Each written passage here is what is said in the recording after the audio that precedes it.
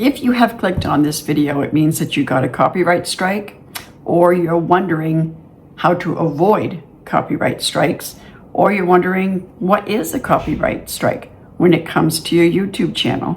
One wrong choice can demonetize your video, or YouTube could just take down your video altogether. And if you get too many strikes, then YouTube can just totally take down your whole entire channel.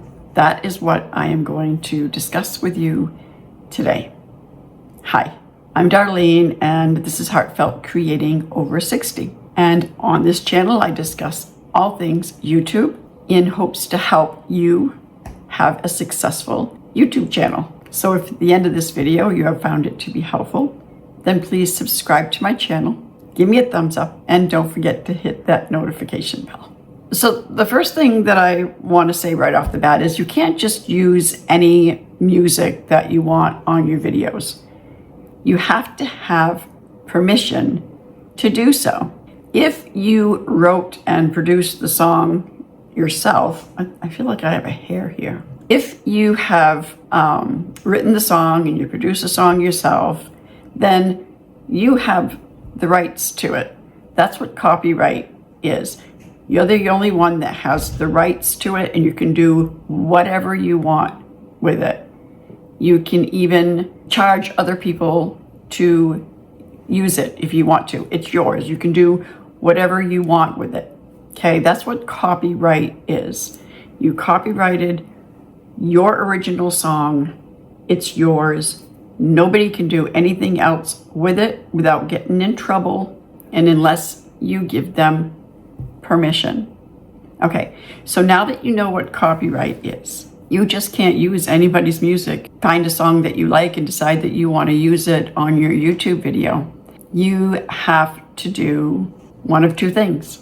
You can either subscribe to a music licensing platform, such as Epidemic Sound, Soundstripe, Artlist, and there's a couple more, but those are the top three, that if you subscribe to them, then you get this whole list of high quality standard music that you can use on your videos so long as you continue to subscribe to them, because they are selling their rights, and if you pay for them, then you can use them however you wish, wherever you wish, because you have a paid subscription. The second way is if you don't want to subscribe to any one of those, because they can be quite costly.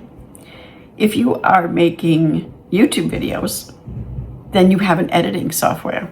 For example, Filmora, the editing software that I use, CapCut, Final Cut Pro, Adobe Premiere, iMovie, and DaVinci Resolve. Those are editing softwares that once you subscribe to them comes with a whole slew of music, because they partnered with Epidemic Sound, Soundstripe.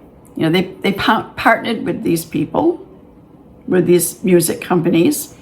So now you can use any music that is listed in there as long as you end up having a paid subscription with your editing software. You can't do it if you're using your editing software, the free version. Then you don't get all of those songs. You don't have access to them. So that is another way that you are able to use the music from these music platforms without subscribing directly to the music platforms. The other place, if you have a YouTube channel and you are filming videos, then you need to create thumbnails. And usually the software that people use to create their thumbnails is Canva, Adobe Express, InVideo, and Emoto. Those are four of the top graphic design software that also includes music, because they have partnered with music platforms. So again, if you use the free version of these graphic design softwares, then you can't use the music, but as long as you have a paid subscription, then you can use the music that is listed there without having to subscribe to the music platforms. This is where I'm going to jump in and I'm going to tell you a little story though. Just because you have a paid subscription with your editing software or your graphic design software doesn't mean that you're not going to get a copyright complaint. Hi, I want to interrupt this video really quick. So this channel isn't monetized yet, so I can't start a channel membership. But if you would like to show your support for my channel because you are enjoying my content, you can always buy me a coffee. Just go in the description box below and click on the link under Buy Me a Coffee. And who knows, I will probably give you a shout out in my next video. Okay, back to the video. At first I was like, what are you talking about? I get that music with my subscription. There's no copyright here. Well, for some reason, with certain music platforms, I don't know if they just don't have it listed that they have partnered with like Canva or Filmora, the two that I use. But there's been a few times that Epidemic Sound and just recently Soundstripe have flagged a copyright claim because I use the music in my video. Now, because I already took care of it and I put in my dispute, I can't show you what I did. But the next time that happens, I am going to film the process of what you will do at that point. Now, don't freak out. Don't freak out at all, because if you have a paid subscription and you have permission to use these songs, don't freak out, because there is a place in YouTube that you can easily, very easily, just go in and click that you want to dispute it. And then there's an option of a list of things that you click on, and it's like, I have permission to use this music. You click on that one. There's a little box. You type in, I type in very simply,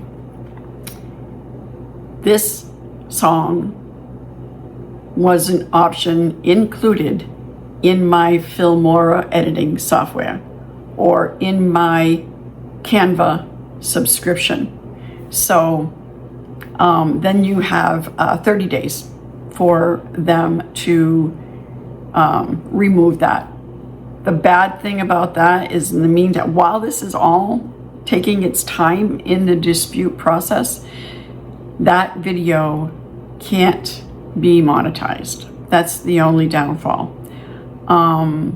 Lots of times you're going to see that it says this copyright does not affect your channel, so you're not going to get a strike for it. But if you don't do anything about it, it's not going to be monetized. Or if it is monetized, it means that when you start making money, that the music company is going to get a percentage of what you make. So you definitely want to make sure that you dispute it if you know that you have the rights to that song.